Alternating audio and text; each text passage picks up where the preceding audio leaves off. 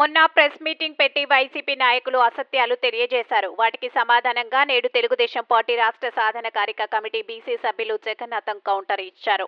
పూర్తిస్థాయి అవగాహన లేకుండా నిందలు వేయడం సబబు కాదని సూచించారు. అనంతరం ప్రసంగించారు. ఈ కార్యక్రమంలో రఫీ, చంద్ర, శేఖర్ గౌడ్, ముని తదితరులు పాల్గొన్నారు. జీవకో నుంచే స్టార్ట్ చేస్తారు. ఆ ఆనవాయితీ పెట్టుకున్నారు. ఈరోజు తెలుగుదేశానికి వెన్నెముకలాగా ఉంది. మీరు మాట్లాడుతున్నారు మేము 80% చేశాము. ఏం చేశారు మీరు చెప్పండి, ఏం చేశారు?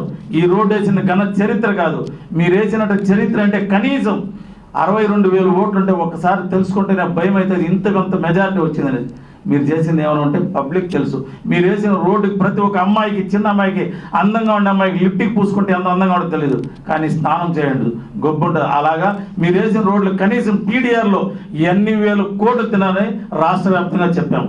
అదేవిధంగా ప్రతి రోడ్డు కానీ ఎటువైపున ఇరువైపులా మీరేమన్నా కాలువలు కట్టారా చెప్పండి. ఈరోజు వర్షం వస్తే తిరుపతిలో ఎక్కడైనా సరే ప్రతి కొత్త రోడ్లు ఉన్న నీళ్ళు పడుతున్నాయి. అసలు వేసిన రోడ్లని ఎవరికి చెప్పండి? మీకు చెప్తున్నా, మీ నాయకులు ఎవరైతే ఉన్నారో వాళ్ళకి అనుసంధానంగా రోడ్లు వేశారు. మీరు తిరుపతి చేసిన ఘన చరిత్ర అని చెప్పంటారా? ఆ రోజు కార్పొరేషన్ ఎలక్షన్ వస్తే మీరు ఎవరైతే నిర్ణయం తీసుకున్నారో ఇతను ఈ కార్పొరేటర్ అంటే మీరు నిరూపించుకున్నారు. ఆ కార్పొరేటర్లు పెట్టారు, ప్రభావితం చేశారు. ప్రతి ఒక్క ప్రతిపక్ష నాయకులందరినీ అరెస్ట్ చేసి జైల్లో పెట్టి మీరు ఎలక్షన్ నిర్మించారు. భారత రాజ్యాంగంలోనే విరుద్ధంగా చేసిన చరిత్ర మీకు. ఈరోజు మళ్ళీ చెప్తున్నా, మేము జీవితంలో 80% చేసినామంటే మళ్ళీ ఈరోజు చెప్తున్నా, మొన్న జరిగిన ఎలక్షన్లో ఎవరికి ఎంత శాతం వచ్చిందో ఒకసారి చూసుకొని మళ్ళీ వచ్చి ప్రెస్లో కూర్చొని మాట్లాడుతున్నా. అయితే మీ రాష్ట్రంలో ఎవరెవరు ఎన్ని మాట్లాడారో ఈవెన్ రోజా మేడం దగ్గర నుంచి పై స్థాయి వరకు కనుమరుగైపోయారు. పెద్దిరెడ్డి రామచంద్రారెడ్డి గారి ఇంటికాడ ఆ రోడ్డుకి ఈ రోడ్డుకి దారి వదలమంటే పబ్లిక్ వదలలేదు. మీరు ఆ రోజు ఏమయ్యారు? ఏం చేశారు మీరు తిరుపతికి? మేము చేసినామని చెప్పారు. చేసినదంటే ప్రజల్లో స్వాగతం పలికి ఉండాలి. లేవన్నా రిగ్గింగ్ చేశారా? రాష్ట్ర వ్యాప్తంగా ఏమైనా ఇబ్బందులు పెట్టారా?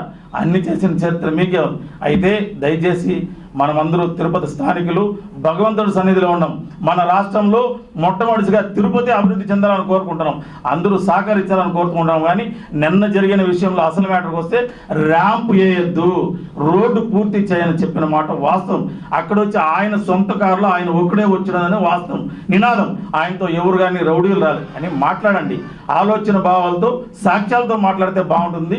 మనం అందరూ భగవంతుడి సన్నిధిలో మంచిగా వెళ్ళాలి. మన తిరుపతిని డెవలప్ చేయాలని కోరుకుంటున్నాం. ప్రెస్ మీట్లో ఏదంటే బాగుంటుందో తెలియజేస్తుంది.